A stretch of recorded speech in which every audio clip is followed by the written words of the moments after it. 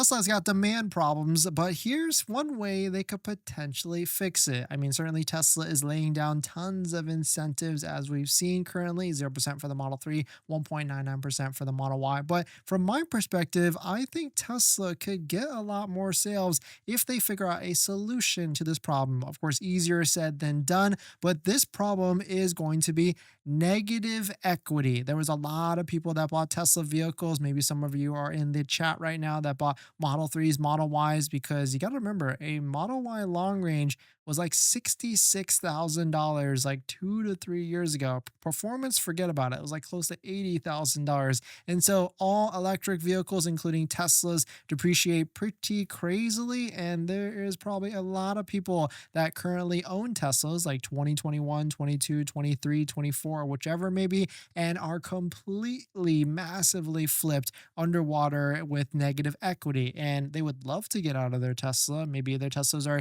even trying to end of their warranty and everything. They would love to, but they can't because they might have financed it and they owe more than what the vehicle could be worth. And of course, this brings into the debate like you shouldn't be buying vehicles with financing, but at the end of the day, tons of people buy vehicles with financing. So really, that's a different story there. But certainly, I feel like maybe there could be a solution where Tesla beefs up their loyalty program. And I'm not talking about like referral program or anything, but more so really reward people that have a Tesla now that have like maybe an older Model Y or an older Model 3. They want to get into a new one, they'll trade and maybe they'll help, Tesla will help with either financing the negative equity or adding some sort of incentive because they really don't finance any of that negative equity currently. And so if you're in a Tesla like that, you are kind of stuck and or maybe you go to an off brand that will finance that negative equity through outside banks and everything. And so certainly that could be an interesting solution to try and get there.